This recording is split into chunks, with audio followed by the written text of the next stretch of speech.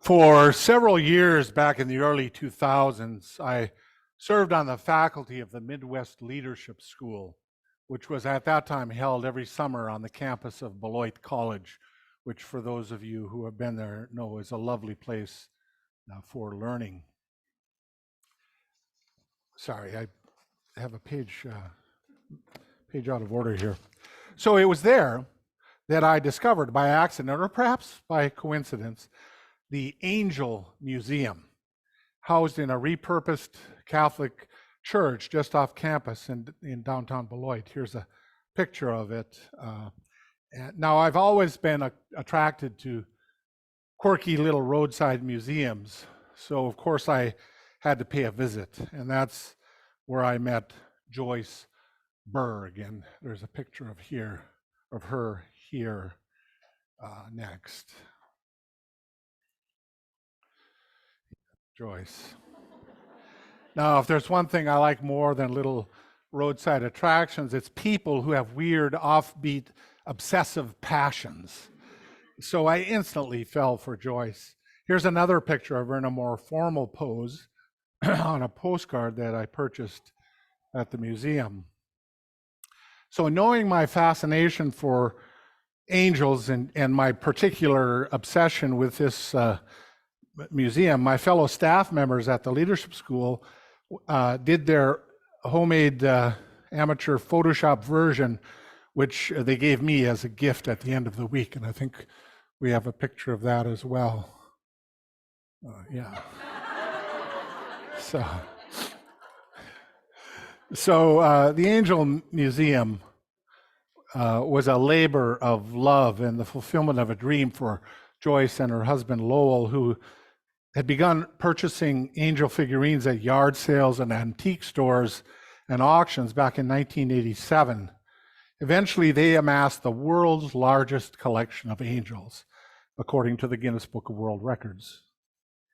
And I love this. The next slide is a little diorama with an angel figurine of Lowell, who preceded Joyce in death. You can see, I love this little scene. He's drinking his coffee and doing, or hot chocolate, and doing a crossword puzzle. And here's a shot of the interior of the museum, which had on display at any given time over 13,000 angels. This is just the front door view. And there's a close-up of one of the cabinets next. And one of the highlights of the museum was Oprah Winfrey's personal collection of black angels. So we have a slide of that as well. Oprah had wondered out loud on her television show why there weren't more black angels, and fans started sending them to her. Eventually, she had so many she didn't know what to do with them. She donated them to the Angel Museum, and it was prominently featured as a part of the permanent display when I visited. And you can drop the slides for the time being, Heather.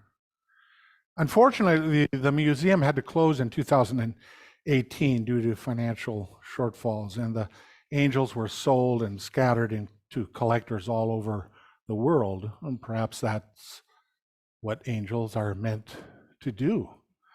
But when she was interviewed by the reporters at that time, Joyce noted the people sometimes reported having had powerful personal religious experiences when they visited the museum, but that she herself didn't get into the religious aspect of it. I'm a collector, she said, not an authority on angels. Now, I'm not an authority on angels either, but I do want to get into the religious aspect of it this morning. Nor am I a collector of angels, although I guess you could say that I have a collection of angel stories that people have shared with me over the years, some of them quite astounding and life-changing. One of my spiritual directors used to say to me whenever I would present her with some particularly passionate conviction of mine, "Bruce, hold that lightly. Hold that lightly. Don't cling to your ideas. You can cradle them, even cherish them, but don't seize them and grip them so tightly that you squeeze the life out of them." And that's the approach that I'm taking with this sermon. I think it's possible to take something seriously while at the same time holding it lightly. And that's how I want to handle the topic of angels. Angels can fly, said G.K. Chesterton, because they take themselves so lightly. And I don't want to take them more seriously than they take themselves. So when it comes to the metaphysical status of angels, whether they're supernatural entities, for example, I don't care much about that. The question for me is not what they're made of, whether light or fire or some super celestial substance, or how many of them can dance on the head of a pin. That doesn't really interest me. There's apparently a whole field of theology called angelology that actually does wonder about such things. But my primary focus here is different. I'm interested, pause. I'm interested in how angels function, what they do, how they function in the story, how they function in the world. Angels have certainly played an important role in the Abrahamic religious traditions, the stories of Judaism, Christianity, and Islam, other traditions as well. But my focus here is going to be in the spirit of the season, particularly on the biblical portrayals of angels. And I realize that I may be treading on thin ice here. Many Unitarian Universalists shy away from the Bible, and some of its stories may be quite unfamiliar. So I don't want to take anything for granted. But if you do want to learn more about my approach to the biblical tradition, I hope you'll come to the Wednesday night stand-up theology class where we'll be talking about the infancy narratives. One of the things I'll share then is a model that critical biblical scholars use to distinguish between three worlds. The world behind the text, which is the actual historical world in which the story emerged or the text was written, insofar as that can be reconstructed, the world behind the text. The second world is the world of the text, or the world within the text. That's the world that's created or constructed by and lives within the language of the story itself. The third world is the world before the text, that is in front of the text, in between ourselves and the text. What happens when we read the text, when we enter the story? That's the world before the text. If we want to enter that story world, the world of the text, we need to practice what the poet Samuel Taylor Coleridge called the willing suspension of disbelief. This is a creative capacity to enter imaginatively into a poem, for example, or a story. It's a way of holding lightly one's assumptions and presuppositions, holding them lightly in order to enter imaginatively into a story or a text. So think of this sermon as a kind of thought experiment, exploring the possibility that angels are in some sense real and might have something to say to us. Perhaps angels are everywhere. Perhaps the British poet Francis Thompson was right when he wrote, "The angels keep their ancient places. Turn but a stone and start a wing. 'Tis your estranged faces that miss the many-splendored thing." So that's where the wonder wand comes in handy, to help us notice the many-splendored world around us. So it's not so much the angels on high that I'm interested in as those here below, or perhaps those trafficking between heaven and earth, as in Jacob's dream, which is one of those Bible stories that we'll look at now. I'll give you a very quick tour of a few of those stories in the Bible where angels are featured. The first is the story of Abraham and Sarah's hospitality. You may have heard the phrase, entertaining angels unaware. It's a reference to this story. And here are a few images that depict that scene. The first is an icon by Andrei Rublev, not the tennis player, but the 15th century Russian icon painter.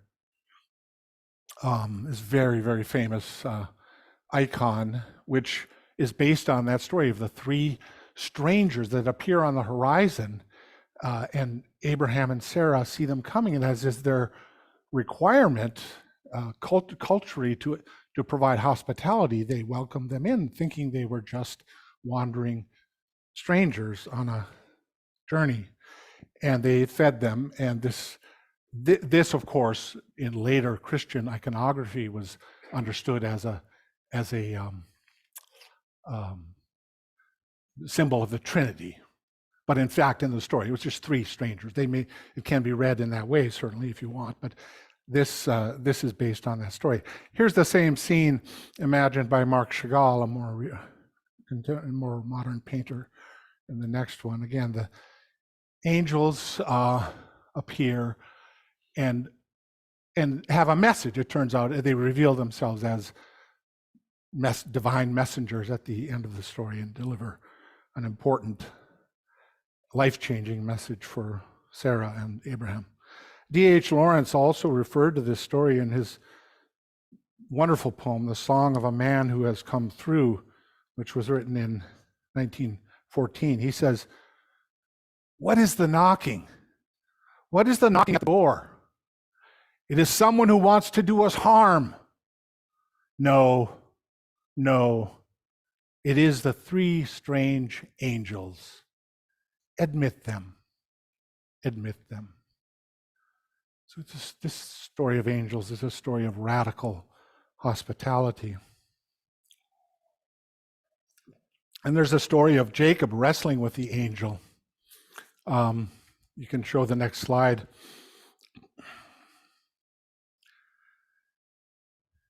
The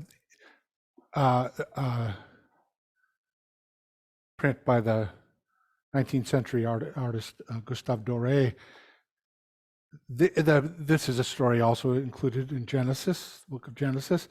The problem is that Jacob's assailant in the story is never referred to as an angel in the text, always as a man. And then at the end, Jacob declares, "I have seen God face to face." So what is it, God or human? And the prophet Hosea later refers to Jacob's wrestling as with an angel. So that's where that tradition comes in. And I think there's another slide of this, I believe also by Marc Chagall. The poet Rainer Maria Rilke wrote a poem about this, and I'll read you a translation of a part of that by Robert Bly, who says, "What we choose to fight is so tiny. What fights with us is so great. If only we would let ourselves be overcome as things do by some immense storm, we would become strong too and not need names. When we win, it's with small things, and the triumph itself makes us small. What is extraordinary and eternal does not want to be bent by us. I mean, the angel who appeared to the wrestlers of the Old Testament, when the wrestlers' sinews grew long like metal strings, he, that is the angel, felt them under his fingers like chords of deep music.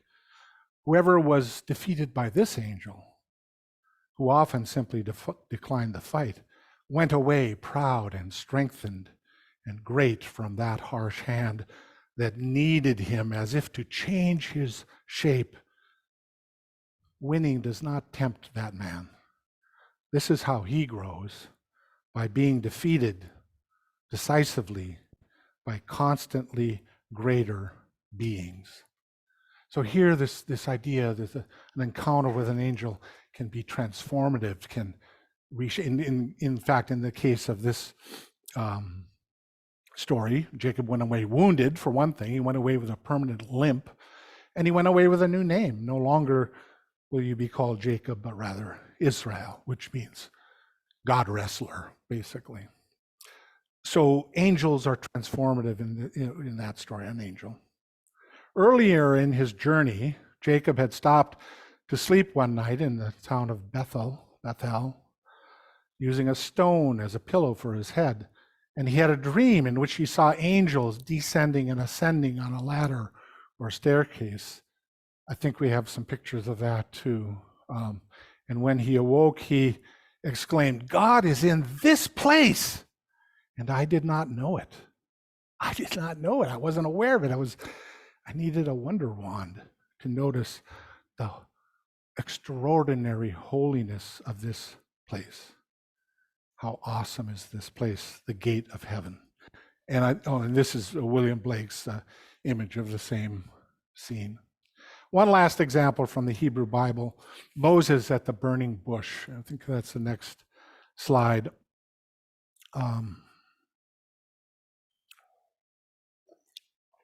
Where it was an angel that spoke out of the bush and commissioned him. You see he's taking off his shoes.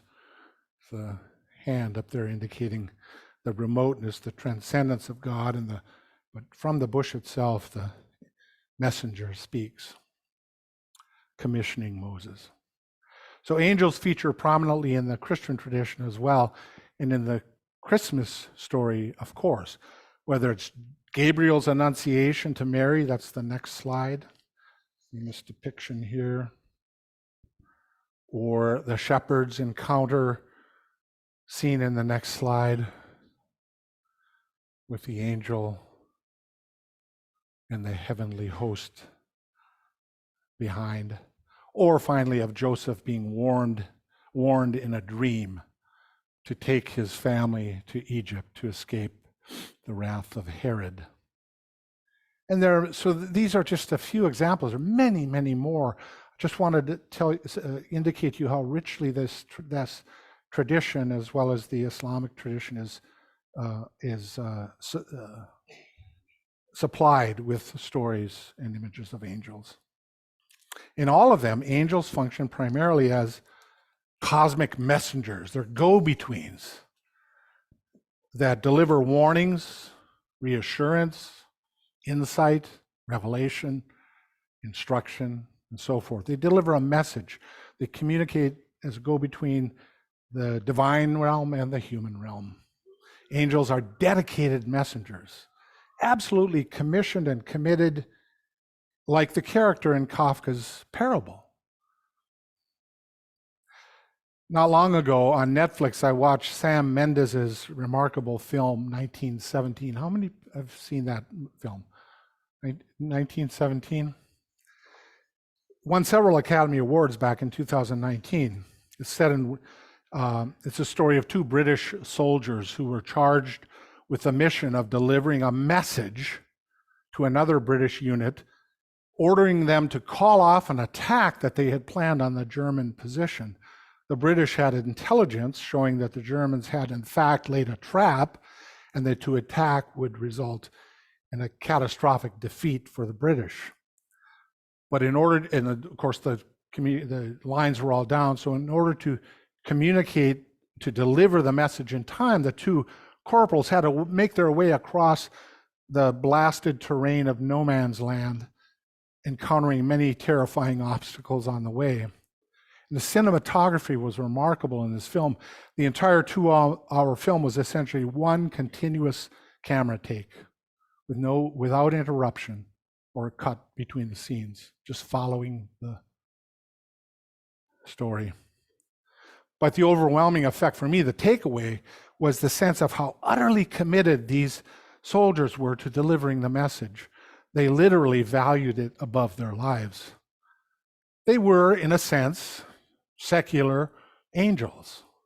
Their message was a life-saving one. Stand down, call off the attack. An angel's message is, in some sense, a saving message. It may be difficult to hear or absorb, but it's meant to save or to heal or transform. For angels, the mission and the message are one. The message is the mission. Their one job is to deliver a message. And often they disappear as soon as that is done. They don't linger. They have a tendency to dissolve, to dissipate, to pixelate, if you will. Why is that? I think if I can compare it to a similar parable in the Buddhist tradition, the Buddha said that the Dharma, the teaching, was like a raft that enabled you to get across the river. But once you're across the river, you don't put the raft on your shoulder and lug it across the landscape. it's done its job. It's delivered you across the river. Or as the spiritual writer and rascal Alan Watts put it, when you get the message, you hang up the phone. You've heard it said that we shouldn't shoot the messenger who brings hard news, but neither should we adore or worship the messenger who brings glad tidings. Instead, we hold that lightly as well. So the angel brings news, good news, life-saving news, important information that can change your life.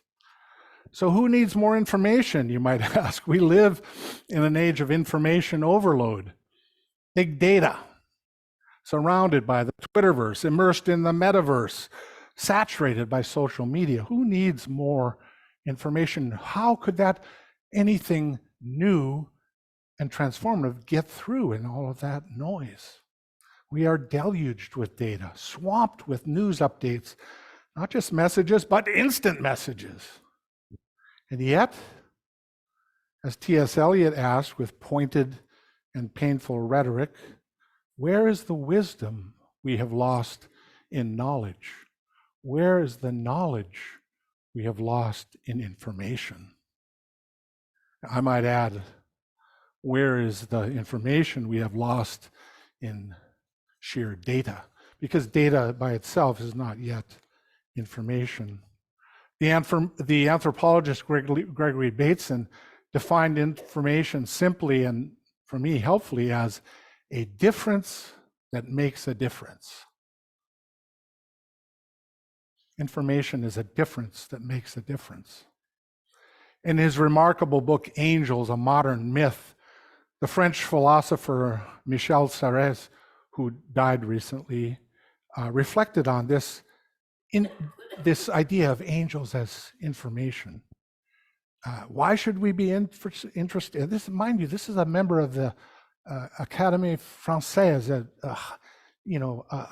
a scientist, an intellectual, and yet he's entertaining the idea that angels are in some sense real in this information age. He says, because our universe is organized around message-bearing systems, and because as message bearers, angels are more numerous, complex, and sophisticated than Hermes, this is the Greek god of communication, who was only one person, and a cheat and a thief to boot. Serres is a little bit tongue-in-cheek here, but he says each angel is a bearer of one or more relationships, and today they exist in myriad forms, and every day we invent billions of new ones. For Serres, then, you might say angels are made of information. Precisely in this information age, this question of communication is of vital importance for us, of being clear and honest with each other in our communication, in our messaging. I must admit that I'm haunted by Franz Kafka's strange parables. Like one of M.C. Escher's maddening yet fascinating visual paradoxes, Kafka's parable is elusive and frustrating, and yet somehow intriguing. You dream it to yourself. You imagine this story. There are many ways to read that parable. It begs a number of questions. What did the dying emperor say? Perhaps the first one.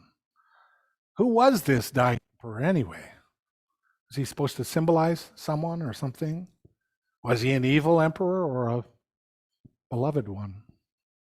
Put yourself in the place of that messenger. What would you expect to hear? What would you want to hear whispered in your ear? If you had just one message to deliver, just one essential message that was yours to bring, what would it be? What good message? What simple message? You know, people sometimes say, you're an angel if you do something sweet or nice. You're an angel. What if you really are an angel? What if you have a message to bring? What message would that be? And how do you hope to deliver it? What's the one thing you came to say? Peace on earth, goodwill to all? Blessed art thou? Fear not. Angels often say that's the first thing they say. Rilke, the poet, said, every angel is terrifying. In Hinduism, there's a depiction of the god Shiva dancing, the Nataraja, the lord of the dance of creation and destruction. And there's all kinds, it's a beautiful, powerful image, but one of his four hands is all of this cosmic destruction and creation is going on at the same time. One of his hands is held out in a gesture which says, don't be afraid. Don't be afraid. That's the message. Is that your message? What would you say if you thought of yourself, if you imagined yourself as being that kind of earthbound, secular angel? What's your message? In 5 words or less. Just take a minute or two, 5 minutes to think about that. Just not off the top of your head, but really consider what would be an example.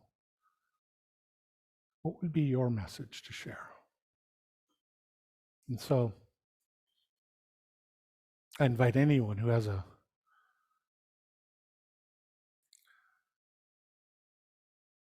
message to share,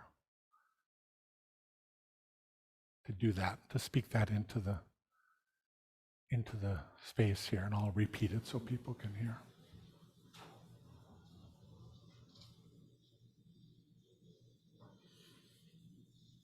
Some shy angels or thoughtful angels. Thoughtful angels. Yes, Alice. Change is the only constant, and love is its constructive agent. Change is the only constant, and love is its constructive agent. Wonderful. Thank you. I thought I saw another hand. Yeah. Our humanity is what unites us, and it's our goal to help bring each other home. Humanity is what unites us, and it's our role to bring each other home. Nice. I like that. Yeah. Thanks. Back here, Celine. Love thy neighbor as thyself. Yeah. Yeah. Walk forward in hope. Sorry. Walk forward in hope. Walk forward in hope. Beautiful. Yeah.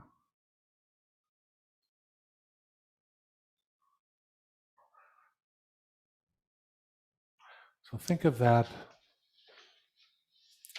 distillation, who you are, from all of your experience, all of your joys and sorrows, all of your triumphs and defeat, all of your wrestlings with an angel. Is there something that you have heard that resounds in your own heart that you have to bring? Yes, in the back, Laura.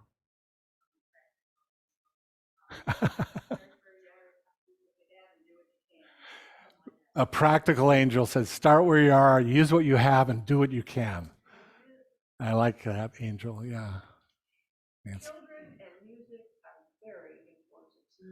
Children and music are very important. Yeah. Yes. Yeah. Yeah. Well, there's lots more that can be said. Some angels just radiate beauty and truth and goodness, and that's okay too. But it's as I say, it's a thought experiment to think kind of on that horizontal level in a secular sense. The word, by the way, in ancient Greek and in Hebrew was used in an ordinary way just to indicate just any old messenger. Doesn't have to be religious. It's about the way we communicate with each other truthfully and honestly and fully, and to speak those truths, to communicate, to have that kind of message. That's what we need, I think, more than ever in this environment in which we're saturated with noise all the time. Communication scientists talk about the signal to noise ratio. In order for a message to emerge out of a background of noise, there's so much noise in the culture, in the world. So to be an angel is to take the true, liberating, life-saving, life-giving message that is yours to bring and to hold that lightly, to deliver that courageously. That's my message for today.